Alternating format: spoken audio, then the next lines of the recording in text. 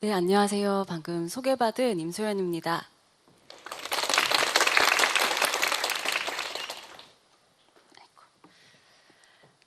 네, 방금 사회자 선생님께서 말씀해 주신 대로 오늘 저는 공정과 성차 그리고 과학이라는 주제로 1시간 반 정도 말씀을 드리려고 합니다.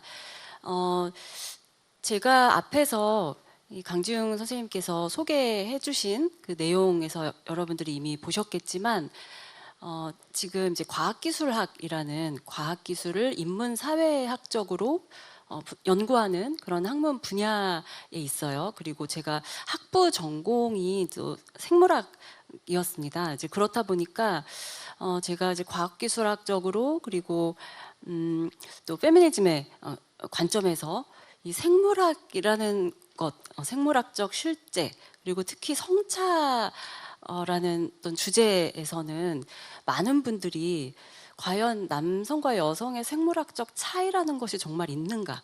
생물학적 성차란 정말 존재하는가라는 질문을 굉장히 많이 받았습니다.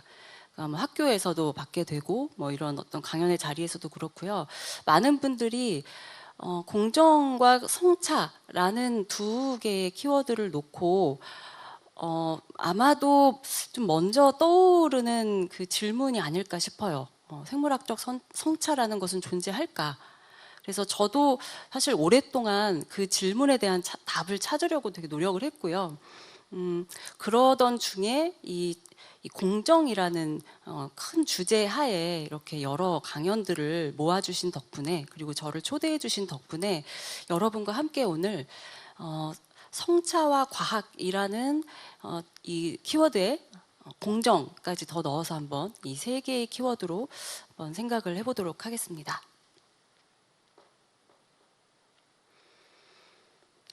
네, 말씀드렸던 것처럼 공정과 성차, 과학 이 세 개의 단어가 만나면 일단 제가 고민했던 지점은 바로 이거였어요. 공정하기 위해서 예를 들면 여성과 남성을 공정하게 대하기 위해서 어떤 사회가 공정하기 위해서 혹은 과학이 공정하기 위해서는 성차란 없어야 하는 거 아닐까? 성차가 있는 순간, 남성과 여성의 생물학적 차이가 있는 순간, 과연 우리는 공정할 수 있을 것인가? 그러니까 이 고민을 굉장히 많이 하면서 이걸 우리가 어떻게 접근할 수 있을까? 특히 과학적 측면에서 이 문제를 어떻게 접근할까 하는 것이 제가 오늘 여러분들에게 이제 드리고자 하는 말씀이고요. 결론을부터 먼저 말씀을 드리자면 성차가 존재하지 않는다. 성차란 없다. 라는 것만으로는 충분하지 않다. 라는 것이 이제 미리 조금 말씀드리는 오늘 제 강연의 결론입니다. 크게 4가지 질문을 던지고 답을 찾아보려고 합니다. 첫 번째는 과학이란 과연 공정한가? 과학이라는 지식과 이 제도 자체는 여성과 남성에게 과연 페어한가? 라는 질문이고요. 두 번째는 과학의 공정성이란 것이 도대체 왜 중요한가? 라는 질문입니다.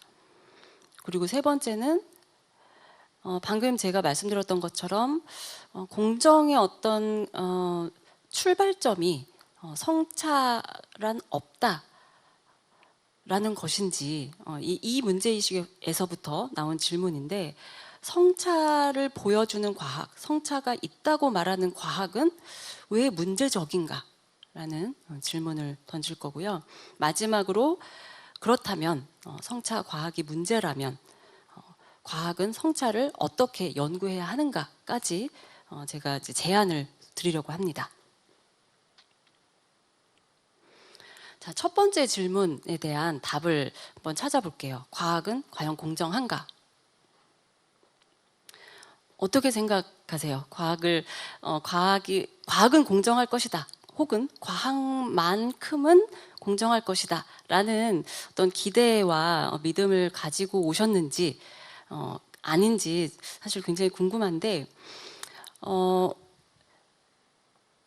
제가 그 속해 있는 과학기술학이라는 분야에서 1960년대에서 70년대에 과학의 공정성을 우리가 추정할 수 있는 그런 이론들이 존재했습니다. 그래서 과학사회학자 중에 로버트 머튼이라는 사람이 과학에는 4가지 규범이 있다라는 이런 얘기를 한 적이 있어요. 그 4가지 규범이 무엇인지 하나하나 보면요. 첫 번째가 공유주의입니다. 그러니까 말 그대로 과학 지식은 개별 과학자의 어떤 사적 소유물이 아니라 인류 전체가 공유하는 어떤 보편적인 지식이다라는 거고요. 두 번째는 이제 보편주의. 보편주의는 과학은 보편적인 지식이기 때문에 과학 이론의 진리 여부가 과학자의 인종, 성별, 국적, 종교 등에 의해서 결정되지 않는다. 그러니까 과학자가 뭐 여성이든 남성이든 뭐 백인종이든 뭐 다른 인종이든 그것이 그 과학자의 연구의 어떤 사실성 여부에 영향을 주지 않는다는 얘기겠죠. 세 번째가 무사 공평주의라고 부르는 것이고요. 과학 연구에 과학자의 사사로운 이해관계가 개입되어서는 안 된다라는 내용입니다. 그리고 마지막으로 제도적 회의주의는 이 앞에서 말씀드렸던 이 3가지 공유주의, 보편주의, 무사 공평주의를 실현시키기 위해서 사용할 수 있는 일종의 방법론으로 제시가 된 것이고, 과학 명제가 사실로 받아들여지기 위해서는 철저한 검증, 어떤 끊임없는 회의를 거쳐야 한다라는 이야기예요. 자, 이렇게 4가지의 규범을 보면 사실 과학이야말로 정말 공정하지 않을까라는 기대를 할 수밖에 없죠. 모두가 함께 소유하는 지식이고 과학자가 누구인가와 전혀 상관없고 어떤 개개인의 사적 이해관계하고도 상관없는 끊임없이 회의하고 끊임없이 검증한 결과 만들어진 것이 과학이라면 이건 정말 공정하지 않을까? 자, 그래서 물론 이제 60, 70년대에 나왔던 이론이기 때문에, 그리고 아마도 여러분들이 이미 제가 설명을 지금 드린 내용을 들으시면서 아마 현실의 과학은 저렇진 않을 것 같은데 라는 생각을 이미 하셨을 것 같아요.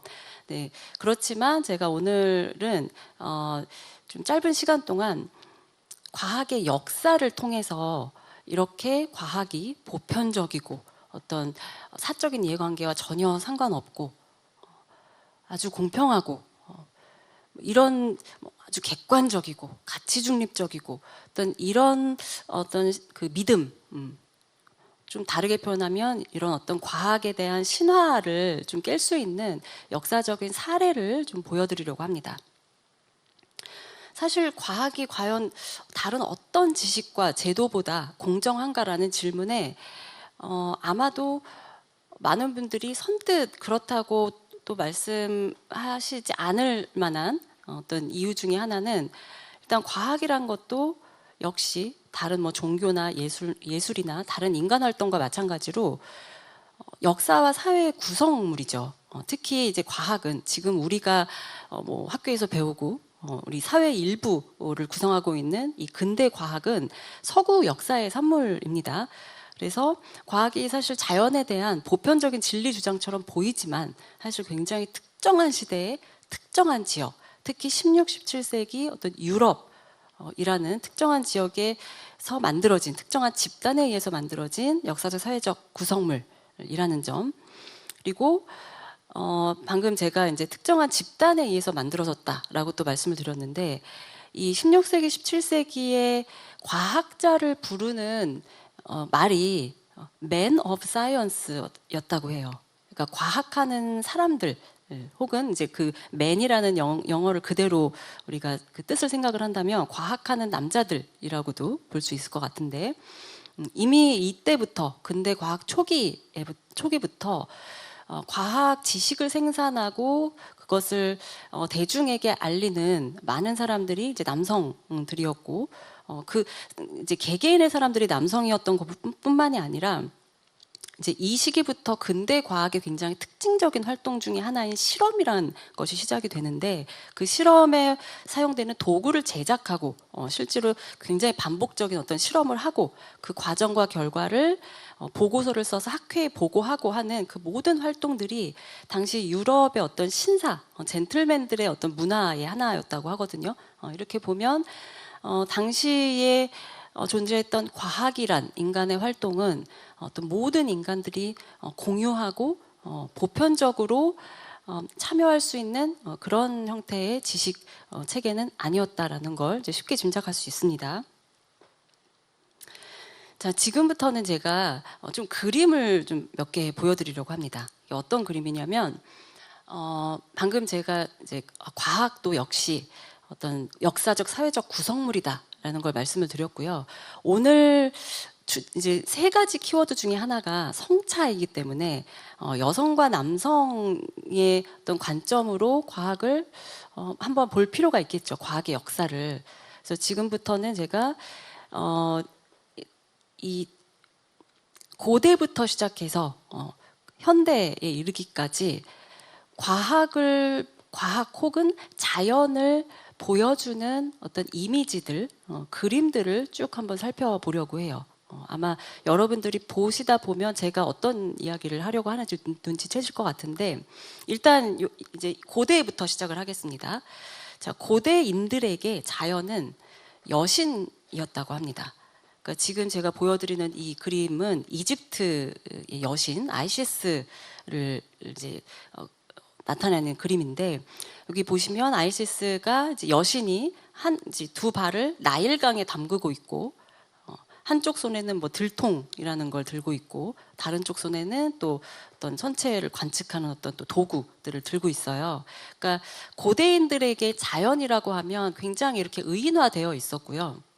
근데 의인화라고 했을 때 남성과 여성 중에 여성으로 의인화가 되었다라는 게 굉장히 흥미로운 지점입니다. 그리고 여성도 굉장히 다양한 여성들이 있는데 그 중에서도 여신이에요. 여신이 의미하는 것은 이 여신이 어떤 뭐 나일강이라든지 어떤 뭐 우주라든지 어떤 모든 이런 자연 그 자체를 의미하기도 하고요. 혹은 자연이 인간에게 제공하는 굉장히 풍요로운 어떤 뭐 먹을거리라든지 이런 거를 다 포함합니다. 그리고 다른 한편으로는 여신이 의미하는 것은 우리가 보통 신은 두려움과 경외, 숭배의 대상이죠. 그러니까 이 당시 자연은 그런 대상이었다는 거예요. 왜냐하면 인간들 아직 과학이라는 어떤 지식이 생산되기 전이었기 때문에 인간이 체계적으로 이 과학에 대한 지식을 갖고 있다기보다는 신으로 두고 이 신의 어떤 뭐 자연의 변화를 신의 뜻으로 해석을 한다든지 그래서 조금 다소 두려워하기도 하고 그랬던 모습을 보실 수 있습니다. 그러니까 자연이 단순히 지금의 우리 현대 과학을 가지고 있는 우리에게처럼 어떤 그냥 우리가 쓸 수 있는 자원으로서만 존재한 것이 아니라 조금은 두려워해야 되는 어떤 자연의 법칙과 원리까지 함께 가지고 있는 것이 여신이라는 형상화의 의미예요. 자, 그러다가 이제 1500년대가 되면요. 이게 16세기의 천문학 관련 책에 들어가 있었던 그림인데요. 여기 보시면 아마 여러분들이 딱 보자마자 저 가운데에 그 약간 왕관 같은 걸 쓰고 손에 도구를 들고 있는 사람이 이제 천문학자이고요. 프톨레마이오스라는 고대 천문학자이고 그 옆에 있는 여성이 앞에서 제가 말씀드렸던 그 이집트 여신처럼 자연을 상징하는 여성이에요. 사실 뭐 그냥 여성이라기보다는 약간 이 당시에 이제 뮤즈라고도 불리는 일종의 여신이죠. 그러니까 16세기부터는 이제 아까 앞에서 제가 말씀드렸던 것처럼 뭐 과학혁명이 일어나고 16, 17세기에 한참 이제 근대 과학의 어떤 초기적인 모습이 막 이렇게 생기고 있었기 때문에 이때는 과학자라는 인물이 있죠. 근데 이 과학자에게 이 여신 혹은 뮤즈가 천체를 가리키면서 자 우주는 이렇게 움직이는 거야라고 굉장히 안내를 해주는 듯한 모습을 보실 수 있어요. 그리고 과학자는 약간 이렇게 귀를 기울이면서 듣고 있는 듯한 모습이고요. 자, 한 100년 후쯤으로 또 오면 1600년대에 갈릴레오 갈릴레이 다 우리가 알고 있는 갈릴레오가 쓴 책입니다. 이 책의 권두사파 맨 앞에 실린 그림을 보시면 이 두 명의 또 여신이 있어요. 그러니까 갈릴레오라는 과학자, 천문학자가 자신의 어떤 천문학적 발견을 과학적 업적을 발표하는 이 책에서 맨 앞에 이 어떤 수학이나 자연 철학을 상징하는 여신들을 그려놓고 그 두 여신들에게 자신의 어떤 과학적 성취를 약간 바치는 듯한 그런 이제 의미를 가지고 있습니다. 이걸 굉장히 적나라하게 보여주는 게 제가 요 그림 네, 제가 넣지 않은 그림 중에 하나였던 것 같은데, 또 다른 책에 보면, 갈릴레오가 아닌 다른 천문학자의 책에 보면 여신을 아예 이렇게 가운데 높은 단상에 두고요, 천문학자가 무릎을 꿇고 자신이 발견한 걸 이렇게 바치는 그림이 들어가 있는 천문학 책도 있었어요. 그러니까 이 모든 것들이 지금까지 제가 보여드린 이 그림들이 의미하는 바는 이 고대 때부터 사람들이 자연을 굉장히 여성화해서 생각을 했고, 그 자연의 어떤 진리를 발견하고 자연의 신비를, 어떤 그 신비의 어떤 베일을 벗기는 역할은 남성 과학자들이 해왔다라는 걸 그림만으로도 굉장히 잘 알 수가 있죠. 이 1700년대에 쓰여진 화학책을 보면요, 그림이 또 달라집니다. 앞에서 제가 보여드렸던 어떤 갈릴레오의 책에 실린 그림이라든지 그 이전의 그림하고는 굉장히 다른 모습 중에 하나가 저 여성에서 보이는 변화예요. 혹시 느껴지시나요? 앞에 뭐 갈릴레오 책이나 아니면 그 이전에 천문학자에게 막 이렇게 손가락으로 하늘을 가리키면서 안내를 했던 그 여신의 모습에서 지금 이 그림을 보시면 여신이라기보다는 오히려 굉장히 뭐랄까 수줍은 여성에 가까운, 그러니까 굉장히 어떤 의미에서는 좀 성애화된 약간 에로틱한 이미지의 여성이 등장하고 있는 걸 보실 수 있을 거예요. 그리고 이 여성은 제가 이 전 슬라이드에서 보여드린 것처럼 하늘을 가리키면서 과학자에게 저거 봐라고 말하는 게 아니라 과학자를 가리키면서 저 그림 속에 저 동그란 저 판 안에 있는 분이 이 책을 쓴 화학자거든요. 화학자를 손가락으로 가리키면서 마치 나의 비밀은 이 사람이 알고 있어 라는 듯한 제스처를 보여줍니다. 그리고 이제 상반신이 이렇게 약간 탈의가 된 상태.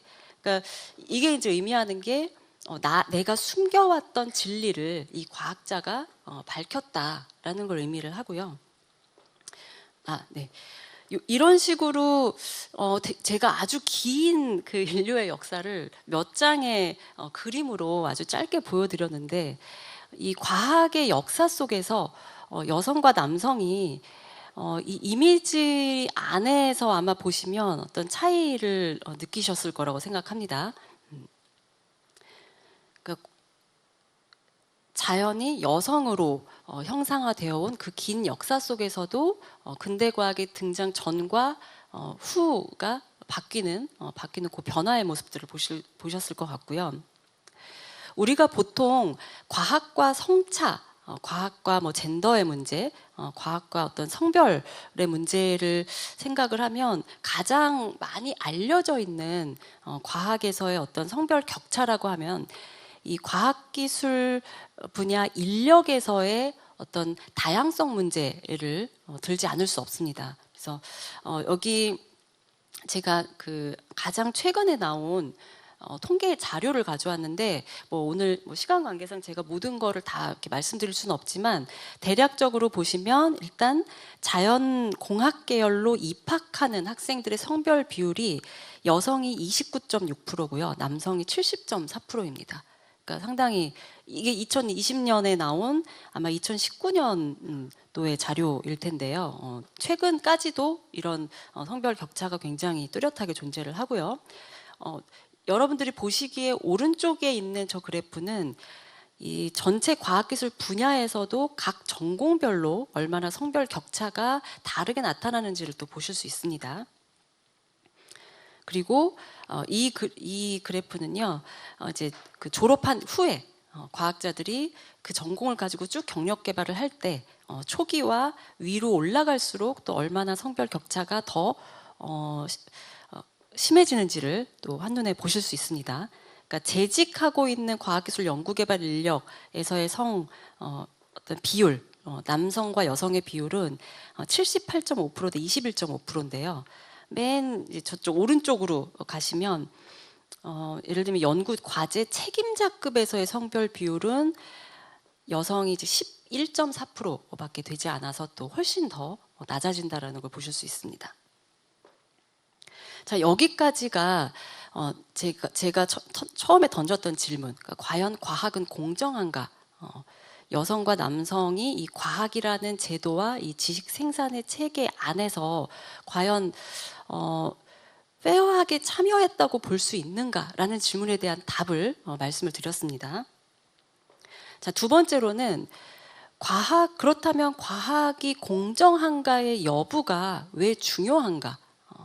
그러니까 특히 제가 여기서 말씀드리려고 하는 거는 제가 바로 전에 말씀드렸던 과학기술 분야에서 어떤 성비가 굉장히 불균형하다. 남성 과학자가 여성 과학자에 비해서 훨씬 비율이 높다라는 부분은 사실 과학기술 분야에 종사하지 않는 분들에게는 그다지 그냥 일부의 문제, 그 종사자들의 문제로만 보일 수 있겠죠. 그래서 좀 더 넓은 의미에서 과학의 공정성은 왜 중요한가라는 한번 질문에 대한 답을 좀 찾아보겠습니다.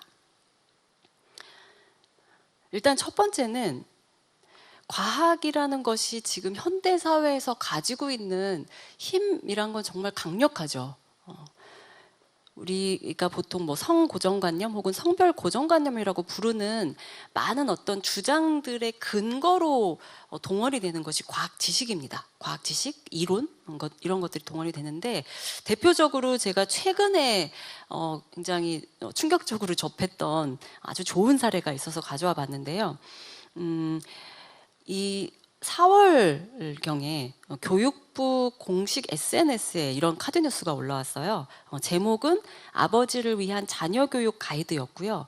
이 가이드에서 얘기하려고 하는 거는 아버지들이 어머니들에 비해서 이런 양육과 어떤 자녀와의 소통 문제에 어려움을 겪고 있다.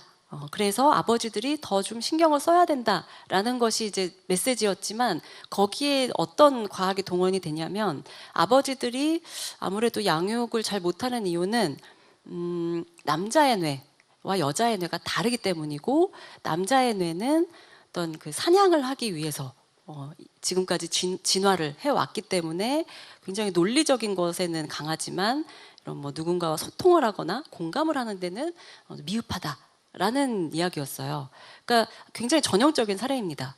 우리가 특히 여성과 남성의 어떤 차이를 이야기할 때, 이 차이의 원인은, 진짜 원인은 이런 생물학적, 어떤 진화론적인 근거가 있다라고 얘기해주는 경우가 굉장히 많습니다. 물론, 당연히, 이제 그 카드뉴스가 바로 내려졌어요. 삭제가 됐는데, 사실 많은 사람들이 비판을 했죠. 이미 진화학자들, 생물학자들 사이에서도 이런 식으로 여성의 뇌와 남성의 뇌를 어떤 진화론적으로 설명하는 것이 정당성을 얻기는 힘들거든요. 그런데 어쨌든 사회적으로는 예전의 과학 이론이라 할지라도 이렇게 끊임없이 재활용되고 있는 모습을 볼 수 있고요. 이게 첫 번째로 과학의 공정성이 중요한 이유겠죠. 사회에서 어떤 사회적 성차별, 혹은 꼭 성차별이 아니더라도 다양한 어떤 사회적 차별을 정당화하는 데 사용됩니다. 두 번째는 과학의 공정성이란 것이 사실 사회의 영향을 또 굉장히 많이 받습니다. 그러니까 과학의 공정성 그 자체가 사회에 영향을 주기도 하지만 또 반대로 어떤 사회적인 고정관념이나 편견이 과학에 영향을 줘서 과학을 어떤 정치적으로 문제가 있고 없고를 떠나서 과학적인 내용 자체에 오류가 생기게 만든다는 거죠. 제가 대표적인 사례로 소개하고 싶은 것이 이 60, 70년대에 있었던 Y 염색체 연구 사례입니다.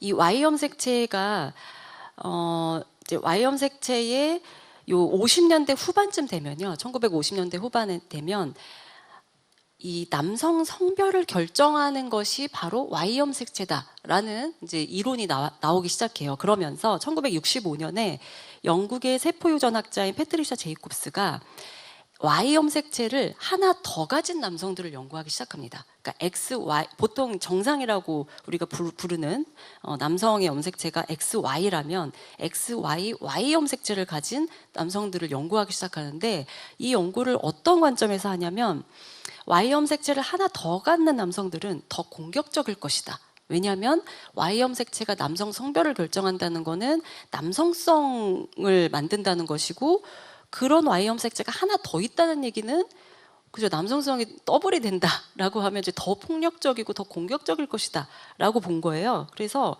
이 연구가 발표된 이후로 한 10년 동안 Y 염색체에 대한 연구의 80% 이상이 이 XYY 염색체를 가진 남성에 완전히 집중이 됩니다. 그런데 문제는 이렇게 집중이 되었던 이 Y 염색체에 대한 연구, 특히 Y 염색체를 하나 더 가진 남성에 대한 연구가 사실 굉장히 과학적으로 오류가 많았던 연구였어요. 과학적 오류가 굉장히 많았던 연구임에도 불구하고, 그러니까 예를 들면 Y 염색체가 우리가 보통 남들이 하나 가지고 있는 걸 하나 더 가졌다라는 거는 사실 뭔가 다른 경우, 만약에 Y 염색체가 아닌 다른 경우라면 뭔가 이상이 있을 거다라는 거를 전제로 하거든요. 문제가 있을 거다. 이것이 어떤 장애를 일으킬 수 있다라든지. 근데 Y 염색체가 하나 더 있는 것에 대해서는 그 남성성이 오히려 더 강하게 발현될 것이다라고 해서 그리고 또 공격적이다, 폭력적이다라는 것에 대해서도 사실 명확한 규정이 없이 연구가 이루어졌어요. 그러니까 사실 나중에 돌이켜 보면 굉장히 과학적이지 않은데, 그렇지만 이 연구가 10년 동안 열심히 과학자들이 파고든 문제가 되었다라는 거는 Y 염색체가 어떤 남성성의 상징이고 그것을 결정할 것이라는 믿음, 이 믿음이 사회에서 가지고 있는 어떤 남성성에 대한 어떤 그 고정관념하고 굉장히 정확하게 맞아 떨어지기 때문에 이거를 이렇게 더 의심하지 않고 다 이 연구에 매진을 할 수 있었던 거죠. 그러니까 이렇게 되면 이제 다시 이게 순환이 일어납니다.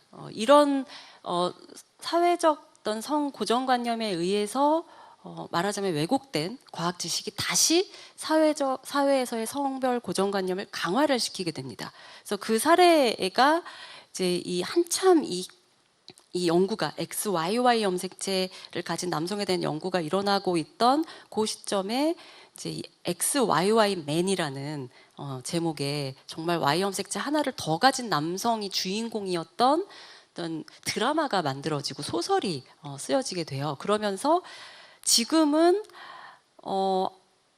과학자들 사이에서는 아무도 Y 염색체가 하나 더 있는 것이 더 남성적인 남성을 만든다라는 것을 아무도 지지하지 않음에도 불구하고 우리 이 사회에서는 뭔가 Y 염색체와 남성성이 굉장히 강하게 결합이 되어 있는 이 현상이 지속이 되고 있죠. 그러니까 이게 이제 과학이 가지는 힘 중에 하나입니다. 자, 과학의 공정성은 왜 중요한가라는 지금 질문에 대한 제가 답을 계속 말씀을 드리고 있는데요. 이제 기술의 영역으로 한번 조금 시선을 옮겨보면요. 기술은 사실 어떻게 보면 과학과는 조금 다르게 혹은 더 우리의 일상생활에 굉장히 영향을 많이 주는 것 같아요. 왜냐하면 기술은 어떤 상품화돼서 우리 일상에서 많이 소비가 되기 때문에 아마 여러분들이 더 일상적으로 체감하시기에는 더 좋은 사례들이 많이 있을 것 같은데, 예를 들면 가사, 재생산, 양육과 관련된 과학기술이 주로 여성을 소비자로 삼고 있다는 점이나 임신, 피임과 관련된 지식이나 기술들이 주로 여성의 몸에 집중되어 있는, 그러니까 예를 들면 피임약은 거의 다 여성들이 복용을 하게 되죠.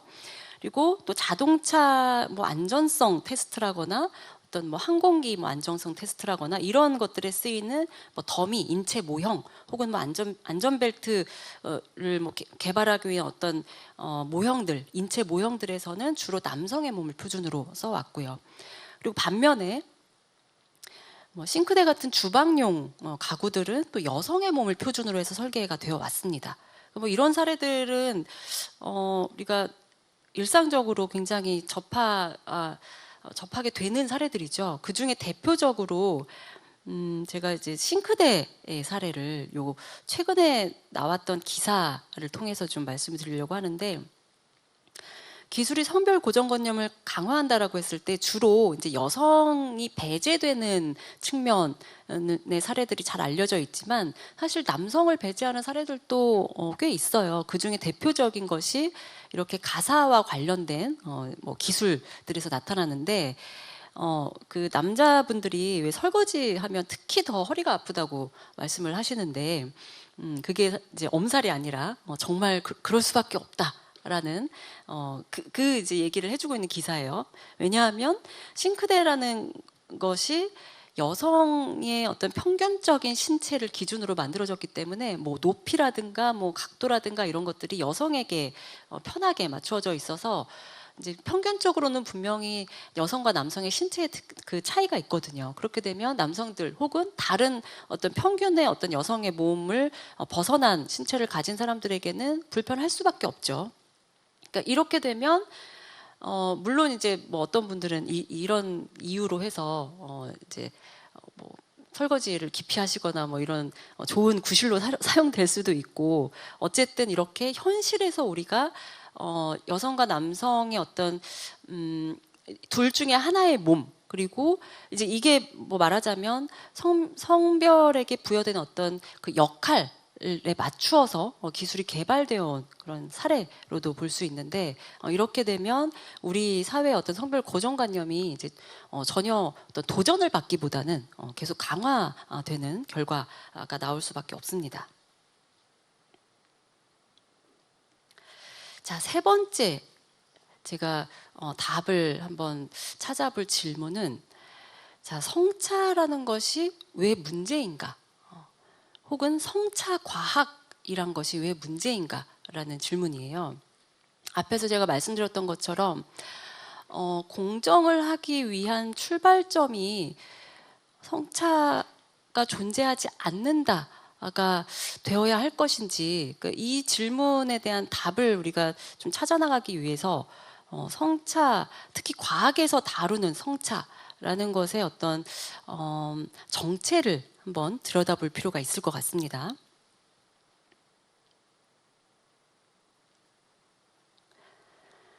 과학에서의 성차가 어떻게 연구되어 왔는가? 과학은 과연 성차를 어떻게 말해왔는가? 저는 이 과학에서의 성차 문제를 크게 두 가지로 구분을 합니다.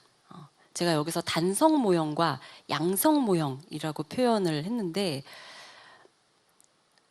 이 둘의 차이는 이제 근대 과학 이전이냐 이후냐로 또 구분이 돼요. 그래서 제가 앞에서 이미 첫 번째 그 주제를 다룰 때 근대 과학의 초기에서부터 이 성차가 굉장히 강하게 드러난다라는 걸 제가 이미지로도 말씀을 드렸고, 그다음에 과학 그 지식을 생산하는 집단의 어떤 성별의 문제로도 제가 말씀을 드렸는데, 근대 과학이 기반하고 있는 것이 바로 양성 모형입니다.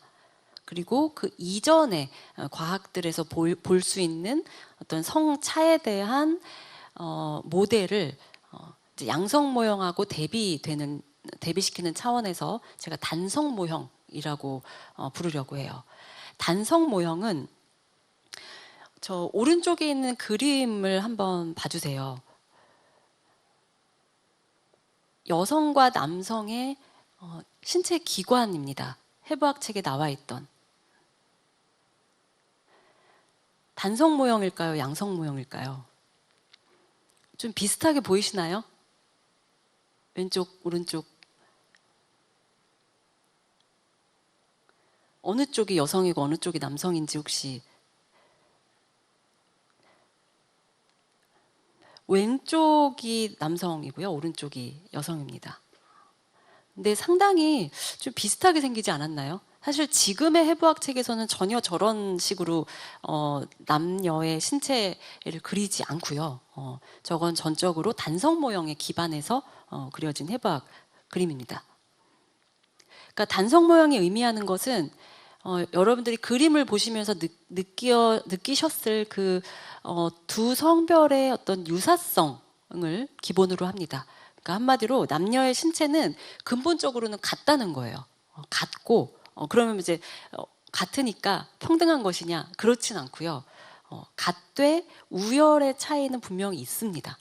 그래서 예를 들면 뭐 얼마나 뭐 페니스와 질의 어떤 돌출 여부라든지 뭐 당시에는 사실 지금과는 다른 방식으로 인체를 설명했기 때문에 뭐 열기가 뭐 적다 많다 뭐 이런 식으로 굉장히 정도의 차이로 설명을 했죠. 그러니까 인간은 모두 하나인데 무언가가 적으면 뭐 여성이고 많으면 남성이고 이런 식으로 이제 위계를 설정을 한 거죠.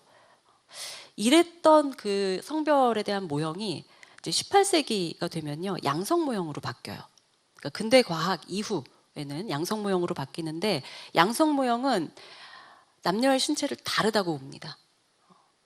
사실 어떤 의미에서는 아마 언뜻 다르다라는 게 오히려 단성 모형에서는 열등하고 우월하다니까 다른 두 개의 신체라고 하면 이거는 그야말로 공정한 게 아닌가? 혹은 뭐 평등하지 않을까라고 생각하실 수도 있는데 저도 처음에는 이제 그렇게 생각을 했었기 때문에 그래서 예를 들면 골격학, 뭐 진화생물학, 성내분비학 이런 데서 이런 이제 그 신체를 예를 들면 골격도 다르고 또 남녀가 이렇게 진화해온 것도 과정도 다르고 원인도 다르고 어떤 남녀가 가지고 있는 호르몬도 다르고 이렇게 다르다고 얘기를 하는 거예요.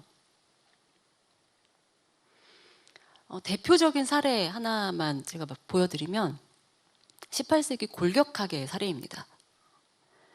18세기 중반에 이제 영국의 해부학자인 존 바클리가 쓴 해부학 책에 보면 여성과 남성이 이렇게 둘로 나뉘어져서 물론 단성 모형에서도 둘로 나뉘어서 그리긴 했지만 혹시 어느 쪽이 여성이고 어느 쪽이 남성인지 혹시 좀 판단이 가능하실까요? 위와 아래 중에 위가 남성이고 아래가 여성입니다. 그리고 위에 이제 남성의 골격은 옆에 말의 골격과 같이 있고요. 아래 여성의 골격은 타조의 골격과 같이 있어요. 그러니까 이렇게 배치를 했던 이유는 굉장히 의도적이죠. 그러니까 여성과 타조의 유사성을 골격적인 측면에서 유사성을 강조하는 거예요.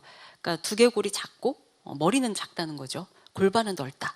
그러니까 어떤 지적인 능력보다 여성은 출산 기능이 굉장히 중요하게 발달되어 있다라는 걸 그림으로 보여줍니다. 그러니까 이게 굉장히 양성 모형에서 아주 대표적으로 볼 수 있는 남성과 여성의 차이를 설명하는 방식이에요. 그래서 사실 이 양성 모형을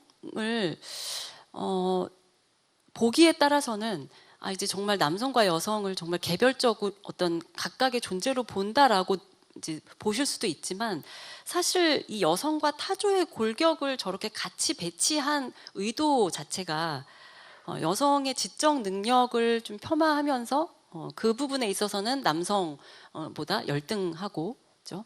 그다음에 골반이 넓다라는 거는 이제 아이를 낳고 키우는 어떤 그런 여성의 어떤 역할을 강조를 한 거죠. 그러니까 사실 굉장히 제가 봤을 때 단성 모형에서 양성 모형으로의 전환이 사실 굉장히 획기적인 전환인 것 같아요. 그러니까 남성과 여성을 단순히 하나의 기준을 놓고 열등하다, 우월하다로 보지 않고 서로 그냥 다르다. 그래서 예를 들면 뭐 화성에서 온 남자, 금성에서 온 여자처럼 마치 각자가 다 장점이 있는 것처럼 보이지만 사실 이렇게 또 찬찬히 뜯어보면 각자가 다르다고 하는 지점들이 여성과 남성을 다르게 대우하는 거에 딱 맞는 식으로 이렇게 차이를 보여주기 때문에 아주 교묘하게 이 차별을 차이의 문제로 치환을 하는 그런 전략인 것 같습니다. 18세기 골격학의 사례는 또 너무 예전의 사례이기 때문에 저거는 옛날 얘기고 이제는 더 이상 뭐 이런 사례는 없지 않을까라고 혹시 생각하실 수도 있을 것 같아서 최근에 어떤 뇌 연구 사례를 한번 보여드리려고 합니다. 뇌의 성차 연구에서도 비슷한 어떤 경향이 나타나요. 그러니까 마치 단성 모형에서 양성 모형으로 그 여성과 남성의 신체를 설명하는 것처럼 뇌 연구에서도 초기에는 남성의 뇌와 여성의 뇌의 어떤 우열을 좀 가리는 쪽에 집중이 되어 있었습니다. 그래서 예를 들면 뭐 남성과 여성의 뇌, 남성의 뇌와 여성의 뇌 중에 어떤 뇌가 더 큰가? 이제 그거에 왜 관심이 많았겠어요? 이제 어느 쪽이 더 지능이 높은가, 더 똑똑한가, 더 지적 능력이 뛰어난가를 이제 그게 궁금했겠죠. 그래서 또 연구를 해봤더니 이거는 굉장히 최근의 연구예요. 2018년에 영국에서 있었던 굉장히 뭐 수천 명의 남성과 여성의 뇌 MRI 데이터를 분석한 결과 전체 크기는 물론 남성이 여성보다 컸습니다. 그런데 대뇌 피질의 경우에는 여성이 남성보다 더 두꺼웠다는 것이고요. 이런 해부학적인 차이와는 또 무관하게 평균 지능에는 남녀 차이가 없었다고 나옵니다. 그러니까 말하자면 남녀 뇌의 어떤 크기라고 하면 남녀 키의 차이하고 비슷하다고 보시면 돼요. 그러니까 전체적으로 집단의 차원에서 보면 여성보다 남성이 뭐 키도 크고 뇌도 큽니다. 그렇지만 중복되는 영역이 굉장히 꽤 존재를 해요. 그래서 키의 경우에는 한 32%가 요 중복되는 영역에 남성과 여성이 모두 속해 있고요. 뇌의 경우는 43%예요. 중복. 그러니까 한 절반 정도는 남녀가 같은 그 범위 안에 들어가 있는 거죠. 근데 이제 제가 아까 그 단성 모형, 양성 모형을 말씀드린 대로 뇌 연구에 있어서도 이제 지금은 뭐 누구의 뇌가 더 뛰어난가, 뭐 부피가 큰가라는 연구보다는 여성의 뇌와 남성의 뇌가 다르게 발달해 있다라는 쪽으로 연구가 많습니다. 그래서 2020년, 그러니까 바로 정말 몇 년 전에 한 2년 전에 연구에서도 마찬가지로 이렇게 여성과 남성의 뇌를 이제 해부학적인 관점에서 비교를 해요. 그래서 어떤 쪽에 어떤 부피가 더 큰가라는 걸 비교를 했을 때 제가 이제 그 논문에 실린 그림을 바로 가져왔어요. 보시면 파란색이 여성의 뇌에서 주로 발달해 있는 부위예요. 그리고 주황색이 남성의 뇌에서 주로 발달해 있는 부위입니다. 자, 그래서 이 그림만 보시면 남자와 여자의 뇌는 정말 다르구나 라는 생각이 들지 않을 수가 없어요. 너무나 분명하게 파란색과 주황색이 저렇게 나뉘어지거든요. 그러니까 요거를 조금 그 부위를 좀 말씀을 드리면 남성의 뇌는 저 주황색 후두엽, 편도, 해마, 그리고 여성은 전두엽, 피질, 섬엽 부분이 평균적으로 다른 성별보다 더 큽니다.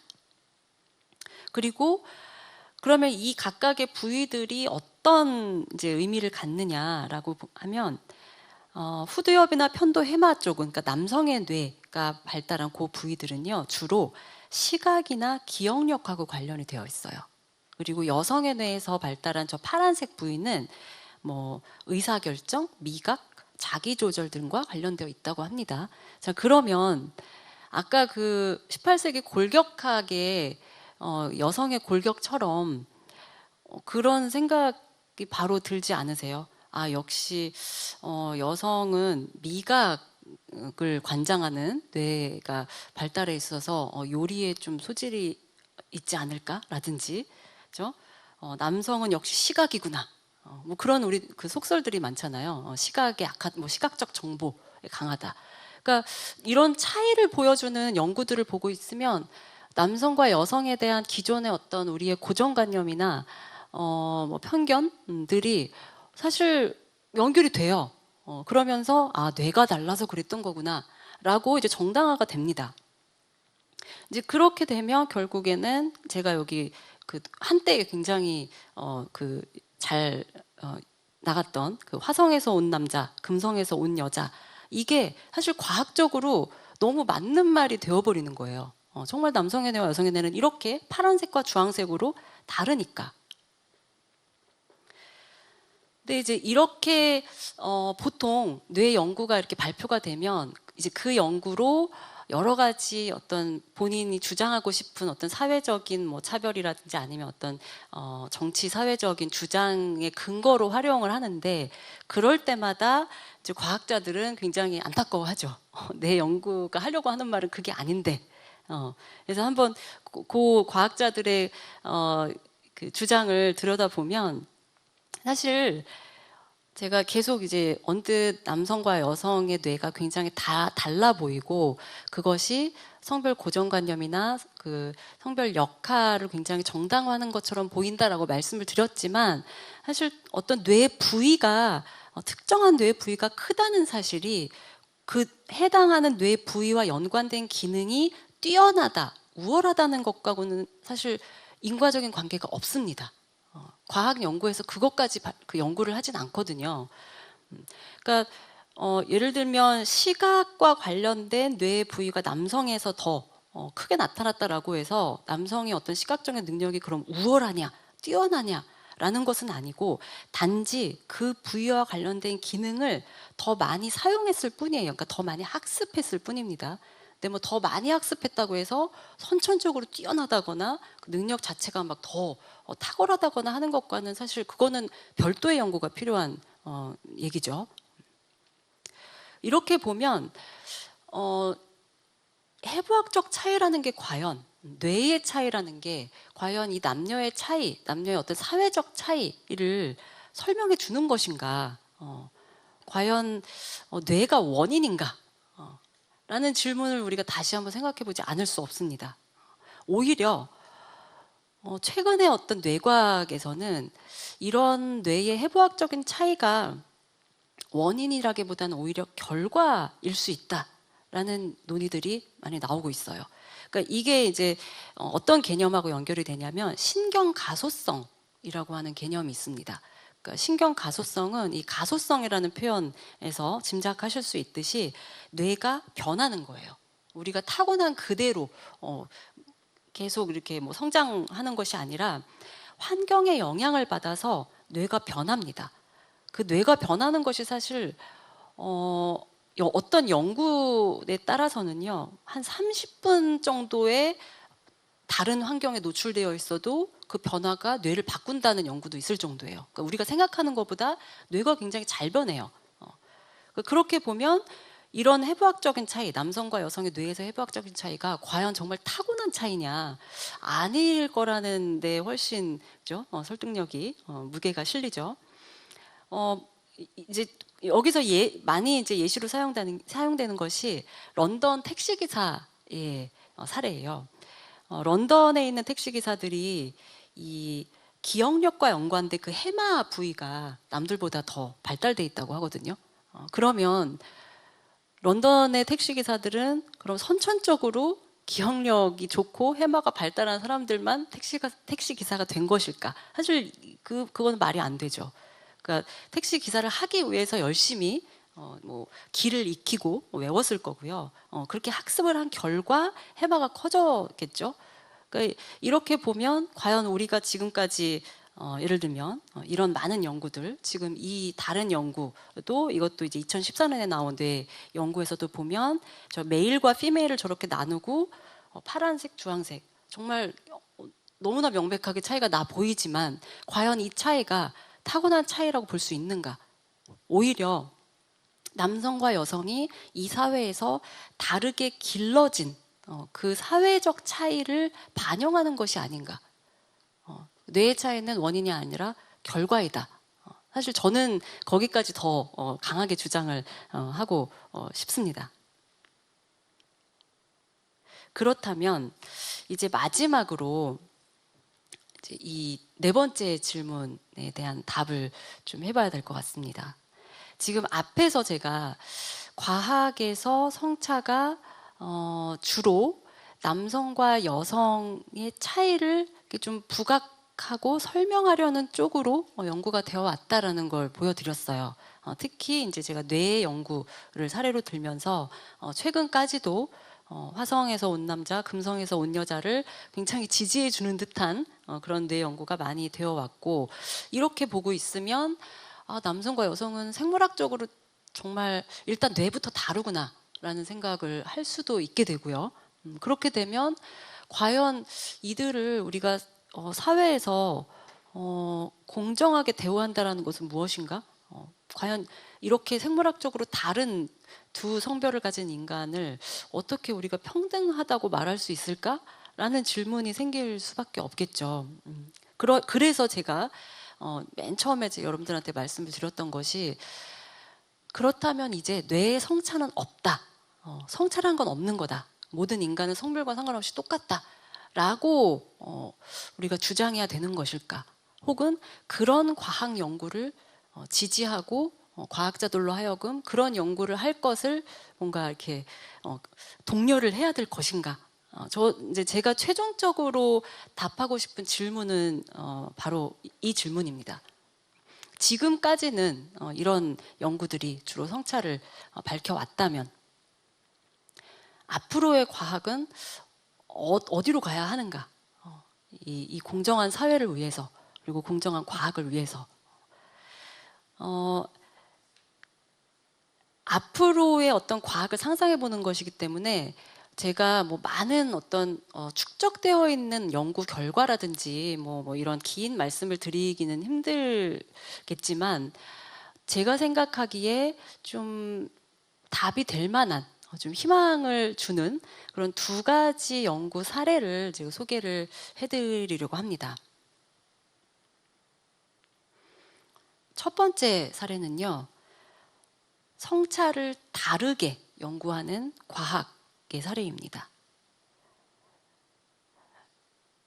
성차가 없다고 말하는 것이 아니라 성차가 없음을 입증하는 과학이라기보다는 물론 이 성차라는 것이 무엇인가 라는 것을 좀 고민하게 만드는, 다시 한번 생각해주는 과학이라고도 말씀드릴 수 있을 것 같아요.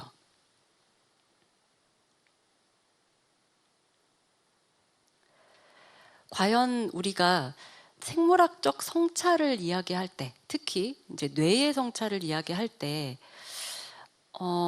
이 딜레마에 빠지게 되는 거죠. 생물학적 성차, 뇌의 성차가 있다고 해버리는 순간, 물론 과학자들은 그게 곧 능력의 차이는 아니다, 뭐 원인은 아니다, 뭐 이렇게 얘기를 하지만, 많은 경우 이제 사회적으로 소비가 되는 방식은 성별 고정관념이나 성차별을 정당화하는 근거로 사용이 되거든요. 그렇다면 뇌의 성차라는 것을 이 남성과 여성 집단의 평균적인 차이라는 것을 인정을 하고 이것을 개인에게 적용할 수 없다라는 식으로 얘기할 수 있다면 어떨까요? 아니면 혹은 집단적인 차이조차 존재하지 않는다 라는 연구를 계속 어떻게든지 우리가 해 나가야 되는 것일까? 이런 이제 생각들을 해보게 되는데요. 사실 뇌의 성차를 연구해온, 제가 앞에서 소개해드렸던 막 그 주황색과 파랑색 막 이걸 보여드렸던 그런 과학자들이 어떤 의도를 가지고 이런 연구를 하는 거라고는 볼 수 없습니다. 그러니까 뭐 그 성차별을 내가 정당화하겠다, 뭐 고정관념을 강화하겠다라는 의도로 연구를 하는 과학자는 사실 별로 없을 거고, 이 여성과 남성의 집단의 차이에 집중을 하다 보니까 이렇게 이제 성차가 있는, 성차를 보여주는 연구를 발표를 하게 되는데, 이제 그렇게 되면 이제 어떤 일이 벌어지냐면, 이제 과학자들은 성차를 보여주는 연구를 해요. 그러면 그거를 이제 사회에서는 어떤 정치적인 목적이나 어떤 사회적인 필요에 따라서 동원을 하죠. 그러면 과학자들은 우리가 얘기하려고 했던 건 그게 아니야. 성차가 있기는 하지만 그게 바로 사회적 성차별이나 성별 고정관념으로 이어진다고 할 수는 없어. 원인은 아니야. 라고 하면서 이제 과학자들이 이제 흔히 이제 얘기하는 과학 지식은 굉장히 객관적이고 가치 중립적인데 그것을 이제 사회에서 어떻게 이거를 동원하고 어떻게 사용하느냐에 따라서 약간 오용되거나 좀 왜곡되거나 뭐 남용될 수 있다라는 식으로 얘기를 하는데 그렇게 되면 사실 그러니까 저는 어떻게 보냐면 그런 식의 주장은 과학에게 면죄부를 주는 거라고 생각을 해요. 그러니까 과학자들은 계속해서 성차에 대한 연구를 하지만 이것을 활용하는 것은 우리의 영역은 우리의 문제는 아니고 과학자는 그냥 연구할 뿐이다. 과학적으로 이것을 어떻게 사용하는가는 사회에게 달려 있다라는 식으로 계속 가는 걸로는 저는 이 앞에서 제가 보여드렸던 문제들이 없어지지 않을 것 같아요. 그러면 어떤 방향의 연구가 가능할 것인가? 제가 발견한 굉장히 흥미로운 연구 하나는요. 2015년에 다프나 조엘이라는 이스라엘의 그 신경과학자가 발표한 연구입니다. 1,400명의 성인 남녀의 뇌 MRI 데이터를 분석을 했어요. 이 연구가 굉장히 혁신적인 지점이 뭐냐면 새로운 분석 방법과 새로운 가설을 도입합니다. 그랬더니 새로운 결과가 도출이 됐어요. 자, 새로운 분석 방법이라는 건 뭐냐면 기존에는 제가 막 앞에 보여드렸던 그 주황색, 파란색 막 나왔던 그런 기존의 뇌의 성차 연구에서는 여성과 남성의 뇌를 뭐 어떤 부위의 어떤 그 부피 차이라든지 뭐 발달 정도를 집단적으로 평균을 내서 비교를 하죠. 이제 거기까지가 끝이에요. 그렇게 되면 남성과 여성은 이렇게 다르다가 나오게 되는 거죠. 근데 이 다프나 조엘 같은 경우에는 인간의 뇌를 116개의 부위로 쪼갭니다. 다 쪼개고 그 중에 남녀 차이가 가장 큰 상위 10개 부위를 각각 고릅니다. 그래서 여성형 부위와 남성형 부위로 이제 이 부위들을 골라내요. 그런 다음에 이 10개의 부위가 개별 남성과 여성의 뇌에서 어떻게 나타나는지를 보는 거예요. 그러니까 재밌는 거는 여성형, 남성형을 분류해냈다는 얘기는 여성과 남성 집단에서의 뇌의 차이는 있다고 보는 거죠.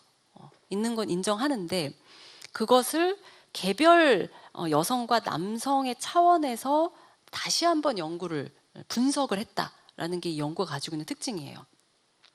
그래서 이 이제 조엘 연구팀이 세운 가설은 우리가 여성의 남성의 뇌를 어떤 사람의 개인의 뇌를 보고 여성의 뇌다 남성의 뇌다.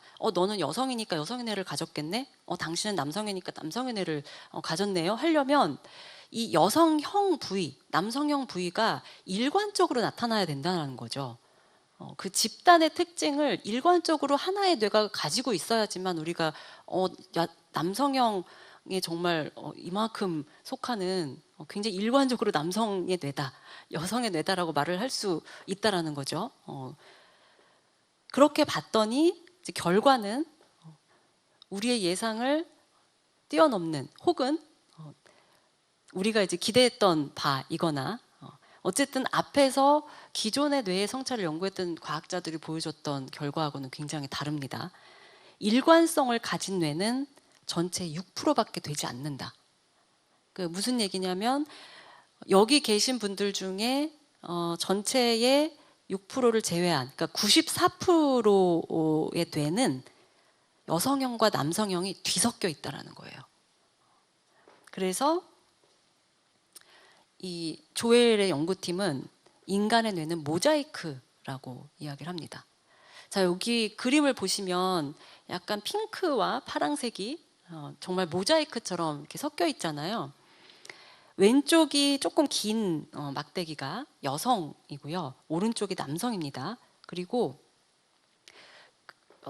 자세히 보시면 요 가로 방향으로 가느다랗게 이렇게 구분이 되어 있어요.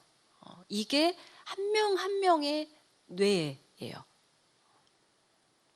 그러니까 이 그림에 말해주는 거는 아마 여러분들이 딱 보시는 순간 여성과 남성이 전체적으로 좀 다르다라는 건 보이시죠?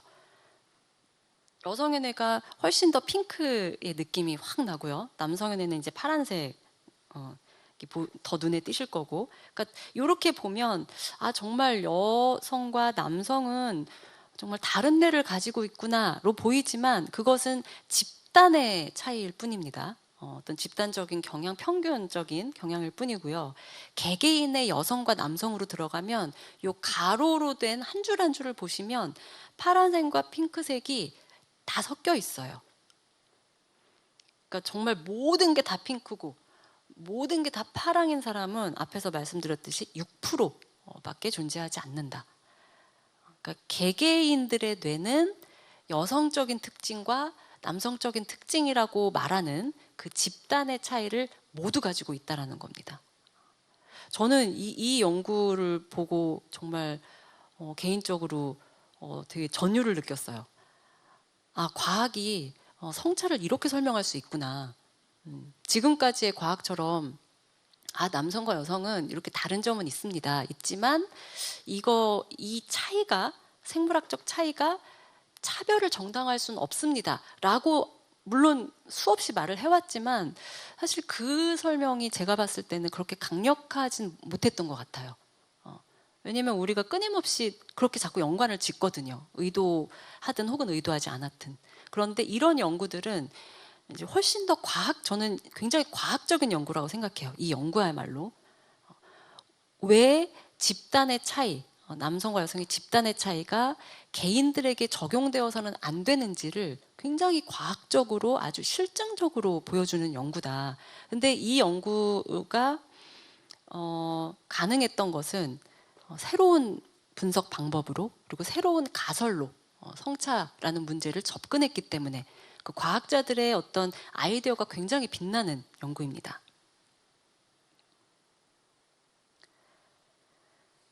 자, 이제 두 번째의 사례를 제가 말씀을 드리려고 합니다. 과학은 성차를 어떻게 다르게 연구할 수 있을까? 앞으로의 과학은 어떤 방향으로 가야 할까? 공정한 사회와 과학을 위해서라고 했을 때 제가 두 번째로 좀 꼽고 싶은 연구의 유형은요. 성차를 연구를 하긴 하는데 다른 성차를 연구하는 과학이에요. 자, 다른 성차라는 게 어떤 의미일까 궁금하실 수도 있을 텐데 앞서서 제가 주로 뇌의 성차를 말씀을 드렸죠. 그러니까 우리가 어떤 남성과 여성의 생물학적 차이라고 했을 때 정말 생물학적으로 남성과 여성이 같을까 다를까 라고 고민할 때 여러분들이 어떤 생물학을 떠올리시는지 한번 생각을 해보면 저의 경우에도 주로 뇌를 많이 떠올리는 것 같고요. 그게 아니면 뭐 예를 들면 뭐 어떤 성별이 결정되는 과정에 대한 문제라든지 요즘에 이제 관심이 많은 뭐 이런 이런 어떤 생물학적 차이들을 떠올리게 되지 사실 다른 성차가 뭐가 있을까요? 생물학적인 차이, 남녀의 생물학적인 차이를 부위로 생각을 한다면 신체 부위로 어떤 다른 부위가 혹시 떠오르세요? 뭐 키? 뭐 이런 거 앞에서 또 제가 말씀드린 부분이고 지금부터는 제가 좀 다른 의미의 성차에 대해서 말씀을 드리려고 하는데 일단 요 하나의 어떤 사건에서부터 출발을 해볼게요. 1997년에서 2000년 사이에 그러니까 90년대 말에 미국에서 이제 어떤 일이 있었냐면 미국 FDA에서 이미 승인을 한 약품들이 부작용이 심각해서 이제 철회가 된, 그러니까 회수가 된 사례가 있었습니다. 한 10종 정도의 의약품이 심각한 부작용으로 인해서 회수가 됐어요. 이미 승인이 났는데도 불구하고. 그리고 그 중에서도 8종의 의약품에서는 여성에게 부작용이 훨씬 더 심각했다고 합니다. 아니, 어떻게 이런 일이 있을 수 있을까? FDA에서 이미 승인을 한 약품인데 부작용이 특히 이렇게 여성에게 심각하게 나타났다라는 것은 원인이 뭘까? 또 열심히 조사를 했겠죠. 조사를 했더니 이 승인 과정에서 여성에게 치명적인 부작용이 있던 것을 잡아내지를 못했던 거예요.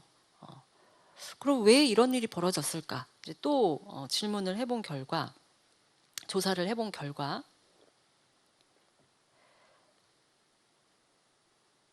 이제 과학의 어떤 또 다른 불공정성이 드러나게 됩니다. 과학 연구에서의 어떤 불공정성이라고 할 수 있을 텐데, 이 생명의학 분야에서 뭐 신약 개발을 한다든지 이런 분야에서 동물 실험을 굉장히 많이 하죠. 임상 시험도 하지만 임상 시험 전 단계에서 어떤 혹은 뭐 그 이전의 연구 단계에서 동물을 가지고 실험을 많이 하는데, 자, 이 그래프를 보시면 파란색이 이제 수컷 동물, 붉은색이 암컷 동물이고요. 회색은 이제 수컷과 암컷이 이제 모두 포함된 경우. 그러니까 이 그래프가 의미하는 것은 생명의학 분야의 이 전문 학술지에 출판되었던 그 논문을 쭉 조사를 해봤어요. 그랬더니 동물 실험에서 암컷 동물과 수컷 동물이 이렇게 다르게 사용이 되었다라는 거죠. 전반적으로 보시면 파란색이 좀 눈에 많이 띄시죠. 그러니까 뭐 양리학, 특히 양리학을 보시면 50% 거의 50%가 훌쩍 넘는 비율이 수컷 동물을 주로 썼습니다. 그리고 뭐 다른 뭐 내분 비학도 그렇고요. 암컷 동물을 많이 쓴 거의 유일한 분야가 생물학, 그러니까 재생산과 관련된 그 분야만 이제 주로 암컷 동물을 썼고, 나머지 부분들은 수컷 동물을 주로 사용했어요. 그러니까 이것이 의미하는 바가 무엇일까요? 수컷 동물을 주로 사용했다는 것은 암컷 동물, 그러니까 암컷의 신체에서는 어떤 약물이, 어떤 약품의 성분이 어떤 효과를 일으키는지에 대해서 잘 알기 힘들다라는 거죠. 실험을 안 했으니까 사실 잘 모를 수밖에 없는 거죠. 반면에 수컷 동물의 경우에는 많이 쓴 만큼 뭐 약물의 기전이라든지 효과, 부작용에 대해서 훨씬 더 잘 알게 되겠죠. 그러니까 이런 어떤 연구의 관행들이 쌓이고 쌓여서 FDA에서 승인을 다 해줬지만 결과적으로는 여성에게 부작용이 훨씬 심한 약품이 이제 생기게 된 거죠. 그리고 이런 현상이 동물 실험뿐만 아니라 인간을 대상으로 하는 임상 시험에서도 비슷한 경향이 나타납니다. 주로 여성보다는 남성, 그리고 암컷보다는 수컷. 그러니까 우리가 지금까지 그 탐구해온 신체, 몸이라는 것이, 그러니까 특히 생명과학과 뭐 의학 분야에서의 몸이라는 것이 주로 수컷과 남성의 몸에 맞추어져 왔다라는 것이 결국에는 요 앞에서 말씀드렸던 이런 어떤 사건으로까지 귀결이 되게 됩니다. 좀 구체적으로 사례를 하나 더 볼까요? 심장 질환을 한번 볼게요. 아마 심장 질환, 뭐 심근경색, 뭐 이런 키워드로 구글 검색을 하시면 요 이미지들이 아마 앞에 뜰 거예요. 뭔가 좀 그 공통점이 느껴지시나요? 두 그림 다 양복을 입은 남성, 아마도 왠지 모르게 좀 중년 남성 같은 남성이 이제 심장 부위를 움켜쥐고 있는 모습이죠. 이게 이제 급성 심근경색 이 어떤 환자를 보여주는 요 그래프와 같이 이렇게 배경으로 오는 그림들인데, 자, 이런 그림들을 보면 심장 질환이라는 것은 정말 남성들이 많이 걸리는 병이구나 라는 게 느껴지지 않을 수가 없어요. 이런 사례들이 생각해 보면 꽤 있어요. 예를 들면 심장 질환은 왠지 중년 남성들이 주로 걸리는 것 같고요. 중년 여성들 하면 떠오르는 또 질환이 있죠. 뭐 골다공증, 그죠? 골다공증 관련한 뭐 우리 TV 광고나 이런 데 보면 주로 중년 여성 배우들이 많이 자주 등장을 하죠. 남성은 저는 거의 못 본 것 같고요. 그러니까 이런 식으로 되게 일상적으로 어떤 뭐 약품으로 광고가 되거나 이런 기사화되는 어떤 질환들, 질병들에서도 이렇게 젠더화되는 현상이 좀 자주 보입니다. 그러면 이제 제가 이제 이런 그 광고들을 보면서 심장의 성차라는 것이 과연 얼마나 연구가 되었을까? 과연 여성과 남성은 다른 심장을 가지고 있을까? 뇌의 성차에 비교를 하자면 심장의 성차는 저는 이런 연구들은 사실 잘 못 봤어요. 그리고 우리가 주로 뇌의 성차에 대해서는 뭐 남자는 여자에 비해서 뭘 잘한다, 뭘 못하고, 뭐가 어떤 능력이 더 낮고, 뭐 이런 것들을 사실 일상적으로도 우리가 뭐 얘기를 할 수 있는데, 사실 심장에 대해서는 일상적으로 여성의 심장은 어떻고 남성의 심장은 어떻고 뭐 이런 얘기들을 뭐 주로 하거나 그걸 두고 논쟁이 벌어지거나 그런 경우는 별로 없는 것 같고요.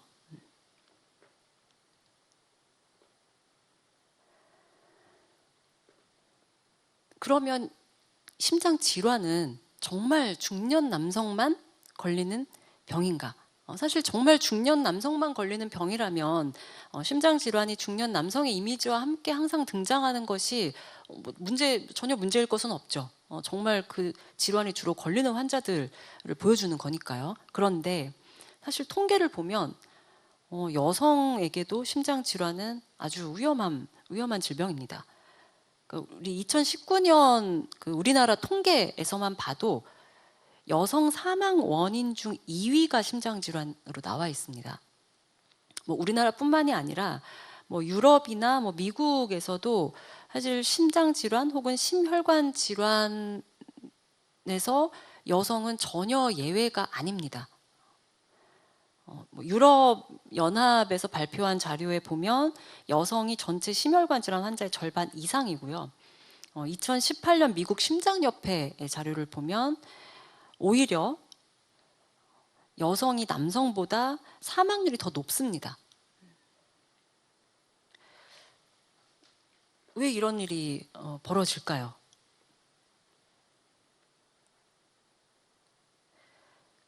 앞서서 제가 말씀드렸던 그 미국 그 FDA의 약품들이 회수되었던 그 사례들과 사실 다르지 않아요. 뒤에 요 자료를 먼저 보여드릴까요? 심혈관 질환 연구의 제가 불공정성이라고 한번 제목을 달아봤는데, 저 왼쪽과 오른쪽의 그래프가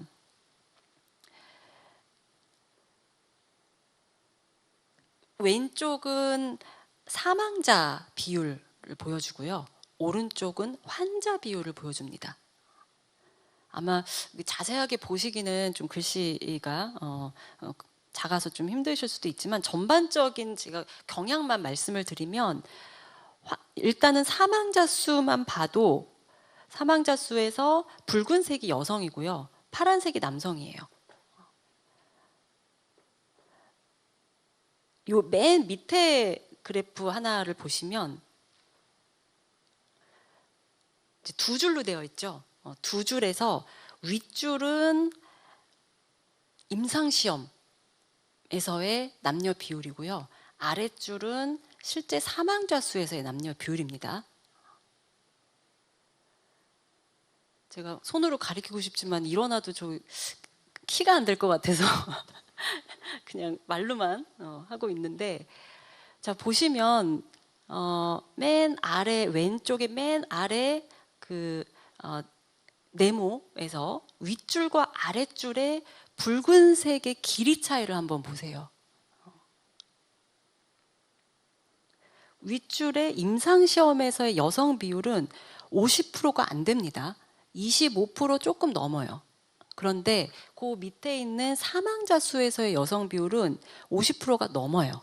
그러니까 무슨 얘기냐면 여성들이 심장 질환으로 사망하는 환자 중에서 여성의 비율이 50%가 꽤 많이 넘음에도 불구하고 임상시험에서는 25% 조금 넘는 정도의 피험자들만이 여성이다. 그러면 예상 가능하시죠? 여성 환자의 어떤 심혈관 질환에 대한 이해가 부족할 수밖에 없습니다. 오른쪽 그래프도 뭐 사실 환자 수이냐 사망자 수냐의 차이만 있을 뿐이고 전체적인 경향은 동일합니다. 오른쪽 그래프의 맨 아래 그 네모 바를 보시면 마찬가지로 환자 수는 여성이 50%가 넘습니다. 그렇지만 임상시험에서 피험자 중에 여성 비율은 간신히 25% 조금 넘을랑말랑 이런 모습을 보이고 있어요. 그러니까 계속 지금 이 그래프가 보여주는 거는 실제의 환자 비율 혹은 사망자 비율을 임상시험에서 제대로 반영하지 못하고 있다. 자, 그렇게 되면 어떤 문제가 생기냐면 다시 앞에 슬라이드 맨 마지막 그 내용을 보시면 여성에게서 나타나는 심혈관 질환을 진단하는 데 있어서도 또 치료하는 데 있어서도 문제가 생길 수밖에 없습니다. 뭐 그렇게까지 차이가 있을까 싶으실 수도 있겠지만 예를 들면 심근경색의 경우에는요, 남성과 여성이 초기 증상이 굉장히 다르다고 해요. 남성의 경우에는 심근경색, 자, 요 앞에 그림처럼 어느 날 갑자기 악 하면서 심장을 움켜쥐게 되는 이런 증상으로 누가 봐도 정말 심장에 문제가 있는 것처럼 보이는 증상으로 찾아온다고 합니다. 그런데 여성은 굉장히 전신 증상으로 나타난다고 해요. 그래서 뭐 예를 들면 뭐 소화불량, 팔다리 통증, 전신 피로, 정말 웬만한 사람이 봐서는 심장에 문제 있을 거란 생각이 별로 들지 않죠. 그러니까 그렇기 때문에 남성의 경우에는 초기에 어떤 전조 증상이 나타났을 때 바로 심장 쪽으로 이제 병원을 찾게 되는데 여성 환자의 경우에는 뭐 내과라든지 뭐 이런 뭐 정형 팔다리 아프니까 뭐 정형외과라든지 그런 쪽으로 가게 되니까 당연히 그죠? 돌고 돌다가 치료할 때를 놓치고 초기에 잡지 못하고 아마도 그래서 사망률에 있어서 여성이 남성보다 사망률이 높지 않을까라고 하는 게 이제 요즘 이쪽 분야의 의사들이 얘기를 하는 거고요.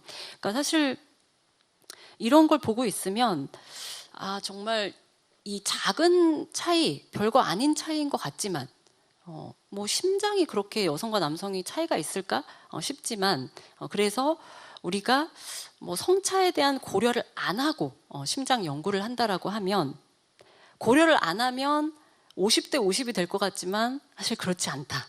그렇지 않고 남성이 주로 피험자가 되고 수컷이 주로 연구의 대상이 돼서 결국에는 여성의 신체에 적합하지 않은 방식으로 어떤 질환에 대한 이해가 이루어질 수밖에 없다라는 걸 볼 수 있습니다.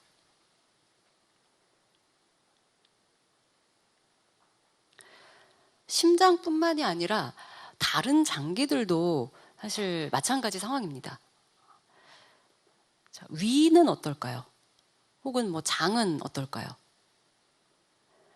그러니까 앞서서 우리가 그 어떤 남성과 여성의 생물학적인 차이라고 했을 때 뇌에 굉장히 집중해서 지금까지는 연구도 많이 이루어져 왔고 사회적인 어떤 논쟁도 많이 되어 왔는데 앞서 제가 보여드렸던 심장의 성차에 대해서는 별로 고려하지 못해 왔어요. 아마도 비슷하게 위의 성차도 장의 성차도 고려되지 못했던 것 같습니다. 또 이제 한번 제가 통계를 보여드리면요. 국민건강보험공단이 이제 분석한 결과를 보면 소화불량 질환으로 진료를 받은 인원이 여성이 남성에 비해서 1.5배가 많다고 해요.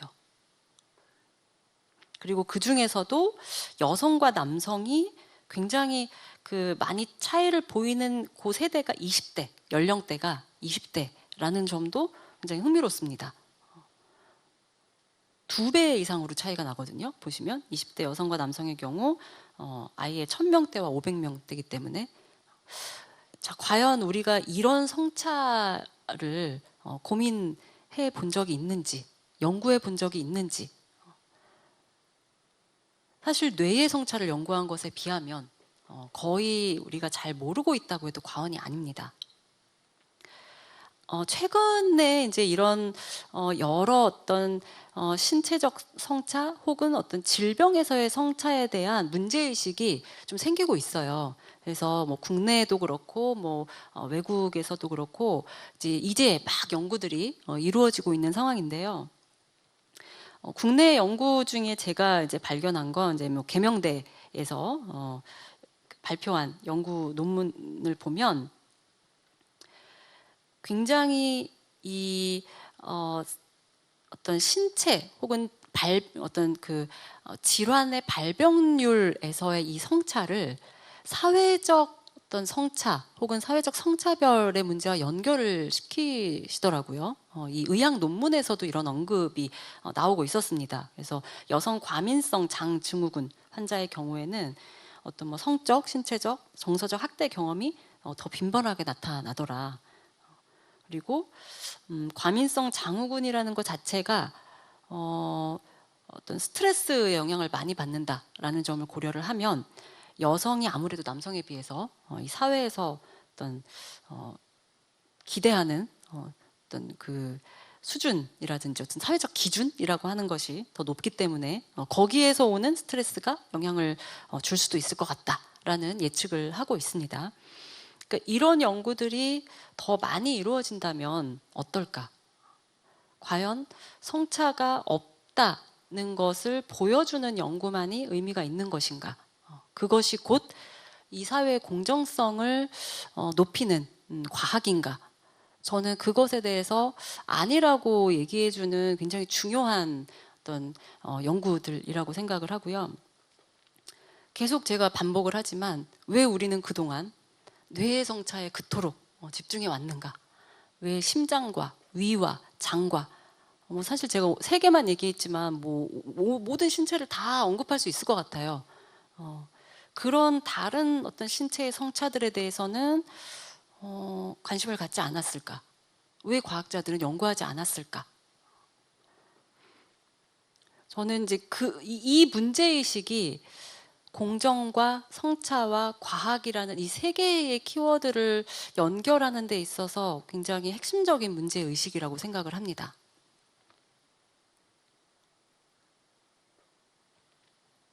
약간은 이제 결론처럼 제가 요 4번째 질문에 대한 앞으로 우리는 어떤 과학이 필요한가라는 질문에 대한 답을 한번 정리를 해 봤어요.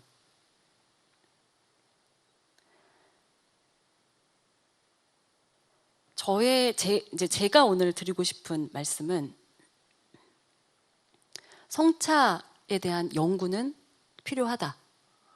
그런데 그것이 지금까지의 그런 집단적인 성차를 계속해서 반복적으로 보여주는 그런 식의 성차 연구가 아니라 다양한 성차 연구에 주의를 기울이는 더 새롭고 더 세밀한 과학이 필요하다라는 말씀을 드리고 싶습니다.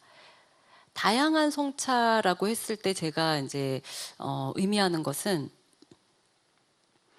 집단의 성차를 개인의 성차로 환원하지 않는 연구.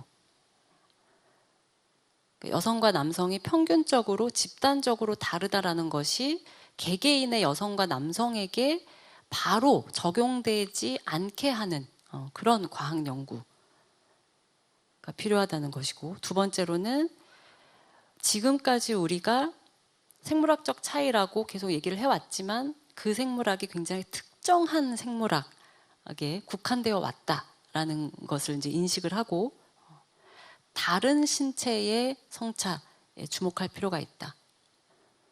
왜냐하면 앞에서 제가 위, 심장, 뭐 장 이런 성차들을 말씀을 드렸는데 너무나 생존에 직결되는 문제입니다. 뇌의 성차의 경우에는 사실 물론 뇌도 뇌 질환이나 어떤 각종 뇌에 관련한 질병과 관련한 뭐 그런 연구들도 비슷한 방식으로 연구를 해야 되겠죠. 그렇지만 특히 이 뇌가 아닌 다른 신체의 성차는 뇌의 성차에 비해서 이렇게 앞에서 뭐 제가 말씀드렸던 어떤 교육부의 그런 카드 뉴스라든지 이런 식으로 사회적으로 어떤 성차별을 정당화하기 위해서 근거로 쓰이기 위한 성차 연구라기보다는 오히려 반대로 사회적 성차별의 존재를 입증하는 성차 연구에 가까워요. 생물학을 원인으로 삼아서, 생물학을 말하자면 어떤 방패 삼아서 성차별이 어쩔 수 없다 라는 식의 얘기를 하기 위한 과학이 아니라 뭐 그런 말씀하시는 분들 있잖아요. 뭐 구조적 성차별은 존재하지 않는다, 그죠? 그런 말씀을 주장을 하는 사람들에게 과학적인 근거를 보여주는 거죠. 이 사회적 성차별이 존재를 하고 이것이 각종 질환과 질병과 누군가의 건강과 생명에 직결되는 문제로 이렇게 나타나고 있다라는 것을 저는 과학이 말해줄 수 있다고 생각합니다. 그래야 한다고 생각하고요. 자, 오늘 제 얘기를 이제 한번 쭉 정리를 하면서 오늘 강연을 좀 끝내려고 합니다. 일단 제가 이제 서두에서 과학의 역사 속에서 성차의 과학이 성별 고정관념을 강화하고 성차별을 정당화하는 근거로 사용되어 왔다라는 어떤 역사적 사례들을 보여드렸습니다.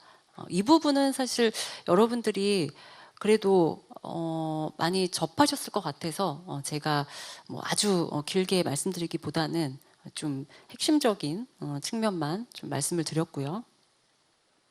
이렇게 성별 고정관념이 과학적 오류를 낳거나 한쪽 성별에게 매우 불편하거나 혹은 심지어 생명을 위협할 수 있는 과학기술로 이어진다라는 것도 제가 현재의 문제로 말씀을 드렸습니다. 오늘 강연에 제가 처음 말씀드렸던 그렇다면 공정과 성차란 과연 어떤 관계인가? 정말 양립할 수 있는 것인가? 이 질문에 대해서도 언뜻 공정하고 차별 없는 사회를 위해서는 성차가 제거되어야 하는 것처럼 보입니다. 성차란 존재하지 않아야 된다. 그렇다면 이제 공정한 사회를 위해서 과학이 해야 될 일은 성차가 없다라는 걸 증명하는 것이겠죠. 그러면 우리에게는 성차가 없음을 계속 근거를 대서 보여주는 과학이 필요하겠죠.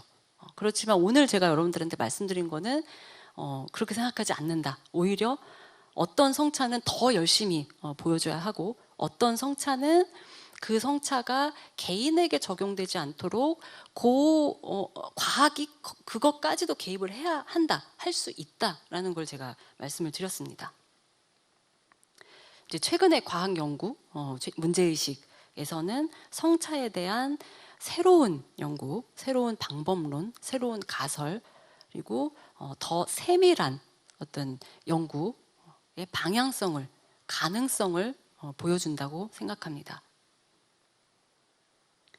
그러니까 성차라는 것이 결국 그런 것 같아요. 성차가 있다라고 하는 것이 개인을 성별에 따라서 불공정하게 대우하는 것을 당연하게 여기는 사회를 만들기도 하지만 또 동시에 그러면 성차가 다 없는 걸로 하자라고 돼버리면 특정 성별의 집단에 속한 개인의 어떤 건강과 질병을 이해하지 못하는 과학을 만들기도 합니다. 그래서 제가 이제 오늘 여러분들에게 제안을 하고 싶은 어떤 앞으로 과학의 방향성은 사회적 차별의 원인으로서의 성차를 연구하기보다는 결과로서의 다양한 성차를 연구하는 과학이어야 하겠다라는 것이 제가 오늘 이제 최종적으로 여러분들에게 드리고 싶은 말씀입니다. 네, 제 얘기는 여기서 마치도록 하겠습니다. 감사합니다.